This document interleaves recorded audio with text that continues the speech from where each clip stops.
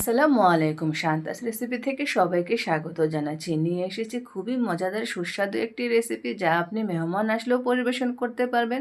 আর এই সুস্বাদু রেসিপিটি হলো মাছের টক মিষ্টি কারি। কিভাবে করছি সেটাই শেয়ার করব। একটি প্যানে দিয়ে দিব আধা কাপ তেল, দিয়ে দিব রুই মাছের পেটিগুলো। আমি রুই মাছ নিয়েছি, আপনারা চাইলে যে কোনো মাছ দিয়ে করতে পারেন। মাছের পিসগুলো আমি এপিট ওপিট করে ভেজে উঠিয়ে নেব।